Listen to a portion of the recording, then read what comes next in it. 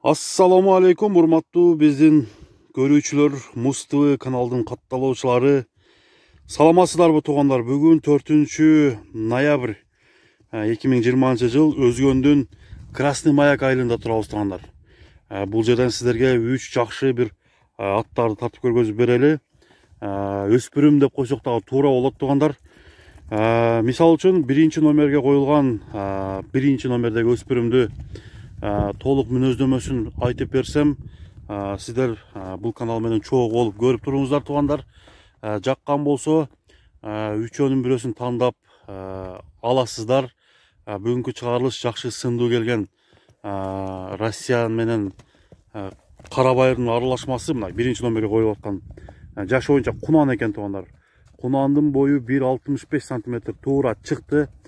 Бул жерден азыр өлчөдүк туугандар. Аны бул тасмага албадык. Өзүңүздөр келип көрсөңүздөр дагы өлчөп бул кунанды ченеп алсаңыздар болот. Мынакей бул кунандын атасы Орловский жылкысы, энеси өзүбүздүн кыргыз жылкысынан тараган ат экен туугандар. Караңыздар, азыр бул кунандын 2 жаштагы кунандын буту колун тартып көргөзүп берейин. Бул кунандын такасы жок окшойт, такасы кагыл элек. Мынакей жооштугу кандай, жакшыбы? Жооштугу жоош. Мынакей көрүп турасыздар. Бою 1,65 см чыккан. Кунандын баасы 200 000 сом деп коюлуптур достор. 200 000 сом, доллар менен эсептегенде 2,5 мың долларга барабар. Дагы бир бастырып койчу.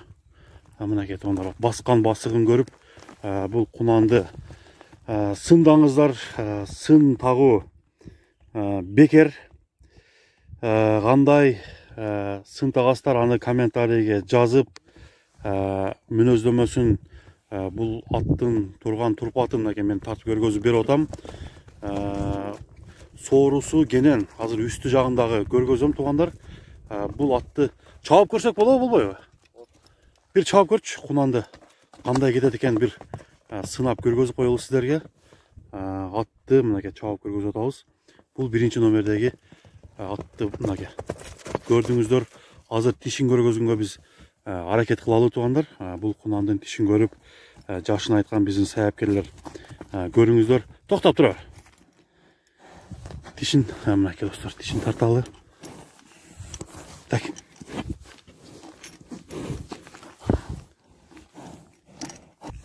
Мынакей туугандар, тишти көрүңүздөр. Мынакей кунан тишин.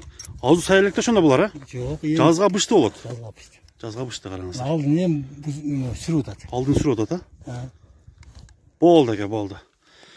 200 000 сомду бааланды туугандар. 200 000 сом кеми сөзсүз түрдө болот. Бул кунанды көрүңүздөр.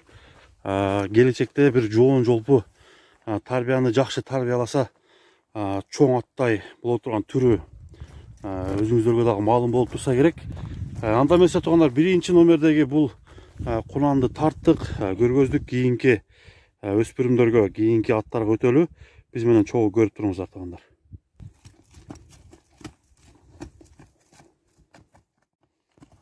Мынакей туугандар, 2-номердеги кара атты, кара быштын мындай бурулушун биринчи көргөзүп атабыз. Андан кийин туугандар мүнөздөмөсүн баштайбыз.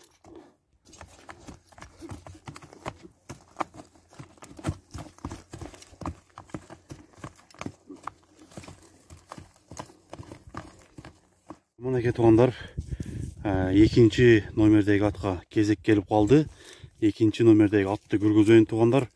Бул ат кайманаты башкача. Пантера деген кайманаттагы чум кара, ушунчалык мындай капкара түстөгү, бир жеринде кашкасы жок бышты экен. Өзүңүздөр көрүп турасыздар. Жоон жолпу келген бул 3 жаштагы бышты азыр мүнөздөмөсүн айтып, бул бышты боюнча толук маалыматты берели туугандар. Бул бышты ошондо туугандар 3 жаш болот, бою 1,65 см. Бул аттын да бою бар экен, бирок жоон экен туугандар. Мынакей туугандар, бул ат Россиядагы породадан, российский породадан экен, бирок кандай порода экени так маалымат жок. Россиянын Челябинск шаарынан келген ат экен туугандар. 3 жаштагы бышты. Бул быштыны жакшы кылып минип үйрөтүп коюшуптур. Жүгүрүшү кандай, күлүктүгү?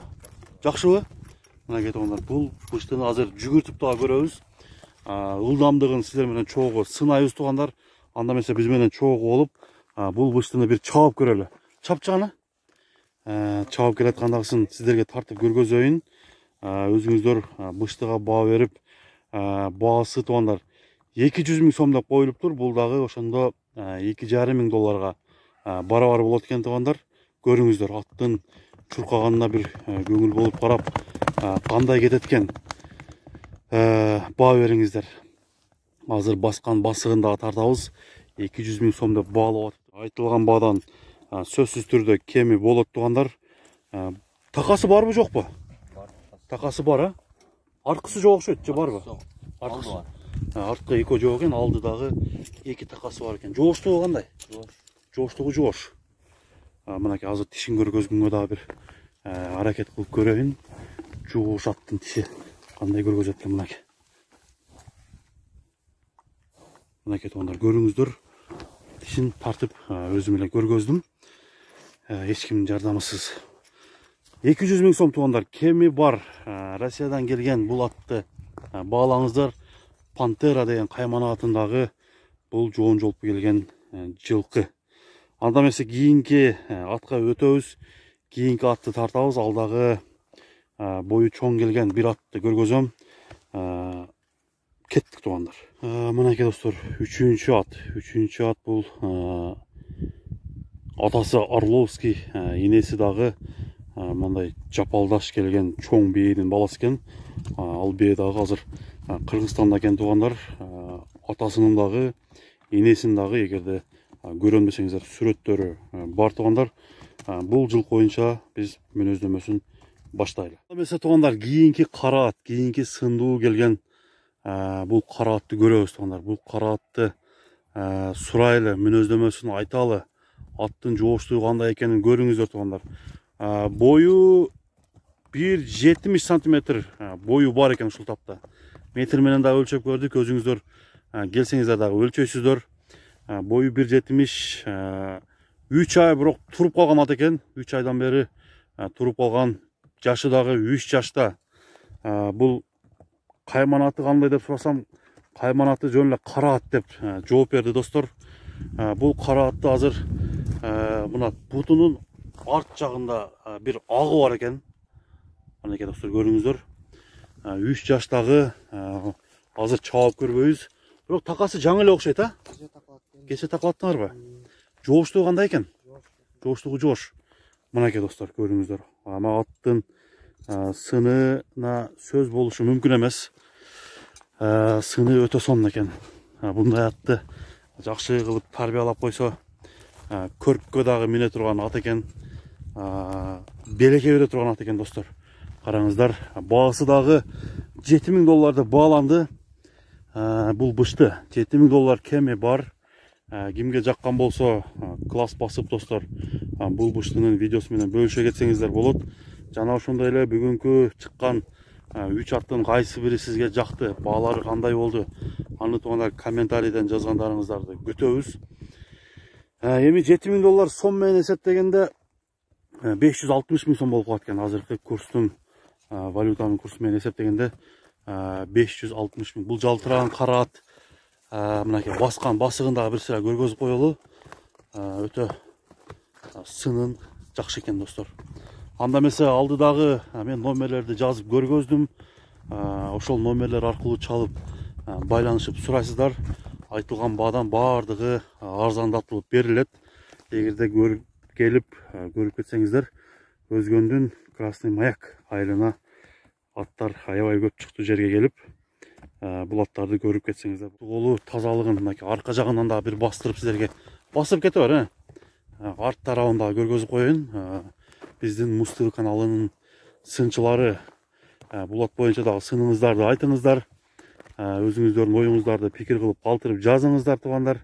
Аттар кандай экенине комментарий жазганыңыздардан биз көрөбүз. Жана ат алуучулар көрүп, ошол боюнча сиздердин жардамыңыздар зор тиет деп ойлойм. Анда эмесе туугандар, бүгүнкү чыгарылыш ушуну менен жардам ретинде тартылган Бұл сындуу аттардын чыгарылышы соңуна чыкты. Келерки көргөзүүгө чейин көрүшкөнчө туугандар, жолугушканча сак саламатта калыңыздар. Сиздер менен Муз ТВ каналы Замир болду достор.